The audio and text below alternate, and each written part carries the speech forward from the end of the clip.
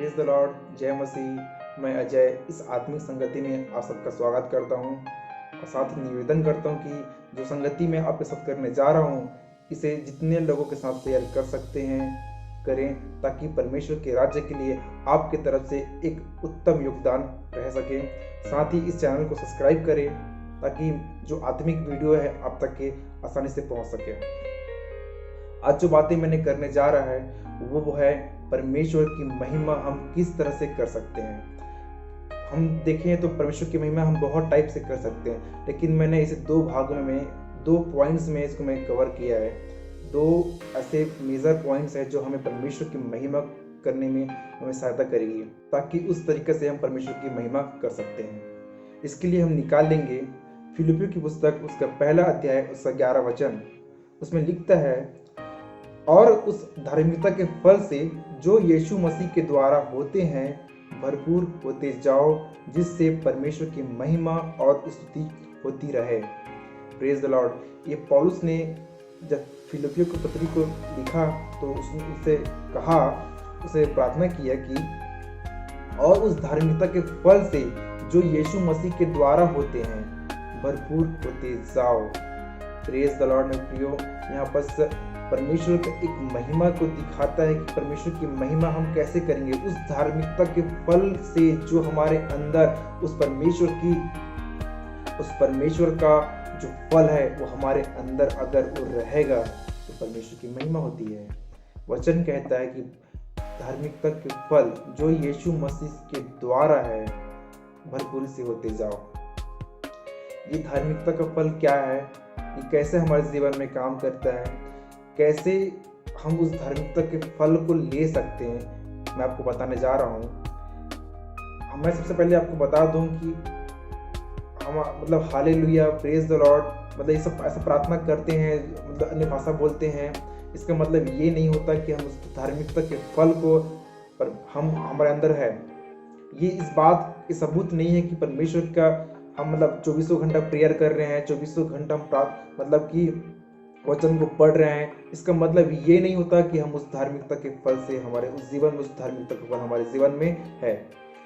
कैसे है, इसके लिए हम निकाल लेंगे गलातियों की पुस्तक, उसका 5वां अध्याय, उसका 22वां और 23 वचन।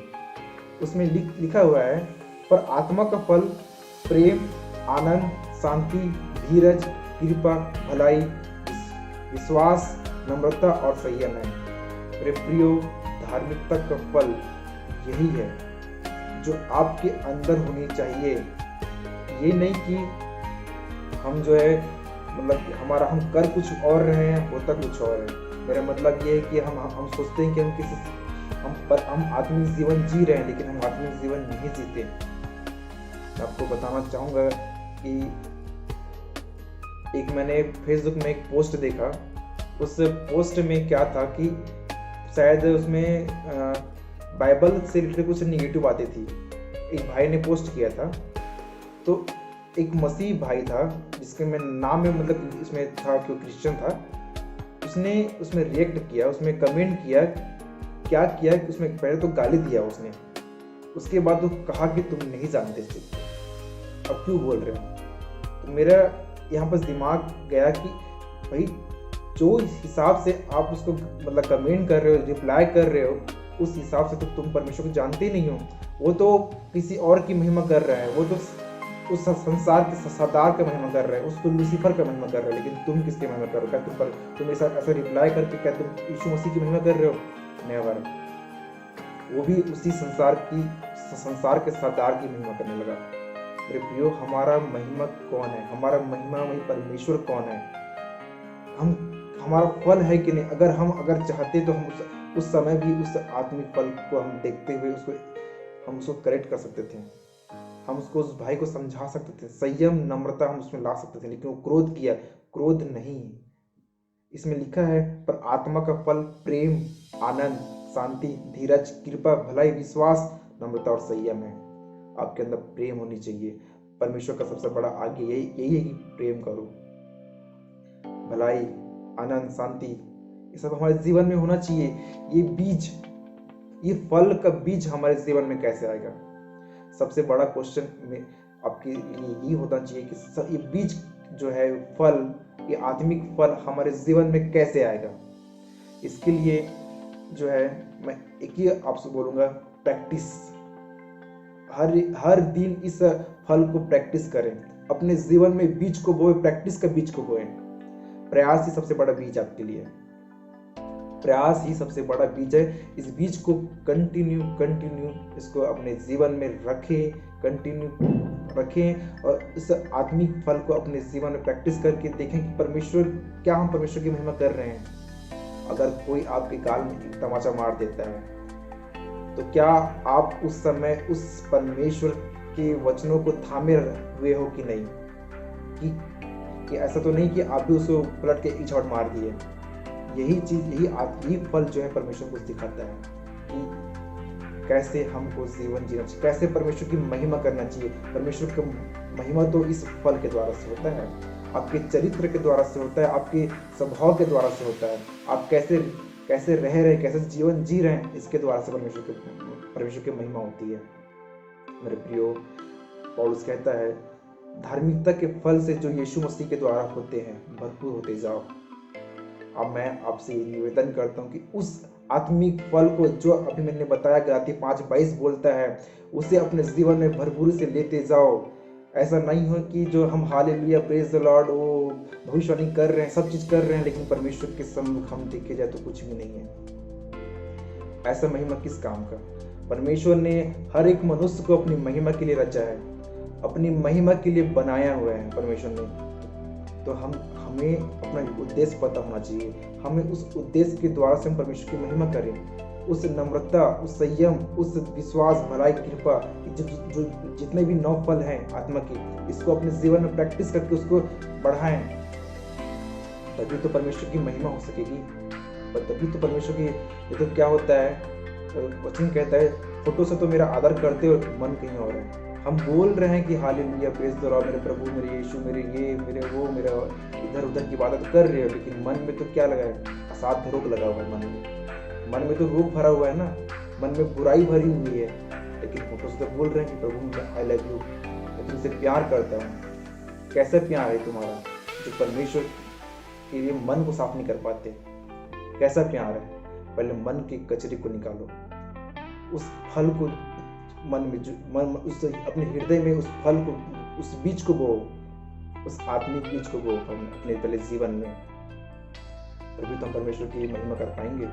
सबसे बड़ा मेरा यही है कि परमेश्वर की महिमा उस फल से होती है। दूसरा हम निकालेंगे जिसके द्वारा से हम परमेश्वर की महिमा कर सकते हैं, वो है भजन संहिता उसका 50वां अध्याय उसका 23वां पद। उसमें लिखता है, धन्यवाद के बलिदान का चढ़ाने वाला मेरी महिमा करता है, और जो अपना चरित्र उत्तम रखता है उसको मैं परमेश्वर का किया हुआ उद्धार दिखाऊंगा। Praise the Lord. इसमें फर्स्ट लाइन को हम देखेंगे, इसमें लिखता है, धन्यवाद के बलिदान चढ़ाने वाला। धन्यवाद, किस टाइप से धन्यवाद करना चाहिए इसको हम देखेंगे। इसका निकालेंगे पहला थिस्सलुनीयों 5:18। इसमें लिखा है, हर बात में धन्यवाद करो क्योंकि तुम्हारे लिए मसीह यीशु में परमेश्वर की इच्छा है। हर बात में धन्यवाद करो, और धन्यवाद करने वाला ही परमेश्वर की महिमा करता है। Praise the Lord. हर एक बात, चाहे आप दुख हो, चाहे आप खुश हो, चाहे किसी भी परिस्थिति में क्यों ना हो, किसी भी मुसीबत में क्यों ना हो, हर बात में परमेश्वर को धन्यवाद करो, क्योंकि हर एक बात मिलकर तुम्हारे लिए भलाई को उत्पन्न करता है। हर एक बात, इसी कारण हर बात में परमेश्वर के पिता का धन्यवाद करो। ऐसा नहीं होना चाहिए कि हम जो है कुछ प्रॉब्लम आ गया तो हम परमेश्वर को कोसने लग जाते हैं कि प्रभु जी, तूने मेरे साथ क्या किया, तूने मेरे साथ ऐसा क्यों नहीं किया, तूने मुझे पास क्यों नहीं कराया, तूने मुझे फेल क्यों कर दिया। मेरे प्रियो, हर बात में धन्यवाद करो। धन्यवाद के साथ ही तुम्हारा हर एक प्रार्थना परमेश्वर के निकट आना चाहिए, आनंद के साथ, धन्यवाद के साथ। जो धन्यवाद करता है, जो धन्यवाद का बलिदान चढ़ाता है, परमेश्वर की महिमा को प्रकट करता है, परमेश्वर की महिमा करता है। वचन कहता है, मेरे प्रियो, अपने होठों का बलिदान दो। अपने होठों का बलिदान हमारे परमेश्वर को भाता है। आपके चरित्र, आपका होठ परमेश्वर के लिए सबसे उत्तम होता है। आपकी आत्मिक फल ही परमेश्वर की महिमा करता है, आपका चरित्र ही परमेश्वर की महिमा करता है। और ऐसा करने वाले परमेश्वर के तेजोमय रूप में समय समय परिवर्तित हो जाता है। मेरे प्रियो, इस बात को ध्यान रखें, इस बात को समझे, इस बात को जाने कि परमेश्वर ने हमें किस लिए बनाया, किस लिए रखा है परमेश्वर ने, और हमारा शरीर, हमारी आत्मा किस तरह परमेश्वर के लिए तैयार है, किस तरह हम परमेश्वर के राज्य के लिए किस तरह हम परमेश्वर के राज्य के भूखे हैं और किस तरह हम परमेश्वर की महिमा करते हैं। क्या हमारा हमारा फल गिरा हुआ तो नहीं है?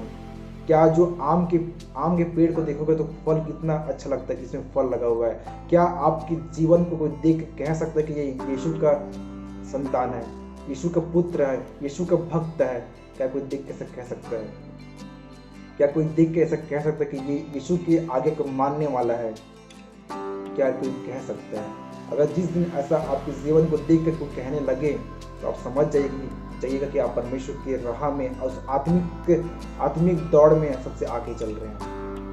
सबसे आगे तो नहीं बोलूंगा, लेकिन उस आत्मिक दौड़ में सही जा रहे हैं आप। इस राह को चुनो, इस परमेश्वर की महिमा को कैसे करना चाहिए, कैसे परमेश्वर की समय समय उसकी तेजों में रूप में परिवर्तित होते हैं, उसके साथ संगति करो। उसके साथ परमेश्वर की हर एक बातों को, आज्ञा को मानना सीखना पड़ेगा हमको। हर एक बातों में धन्यवाद करना सीखना पड़ेगा। उस आत्मिक फल को अपने जीवन में लेना पड़ेगा। उस आत्मिक जिंदगी को, उस आत्मिक जीवन को हमारे जीवन में जीना पड़ेगा। मेरे प्रियो, आज से मैं सबसे यही निवेदन करता हूँ कि हमारा फल ही परमेश्वर को महिमा करता है और हमारा वोटों का बलिदान ही परमेश्वर की महिमा करता है। इस बात को समझे, जाने। यही आपको मैं धन्यवाद करता हूँ कि आपने इस वचन को सुना। Praise the Lord. जय मसीह।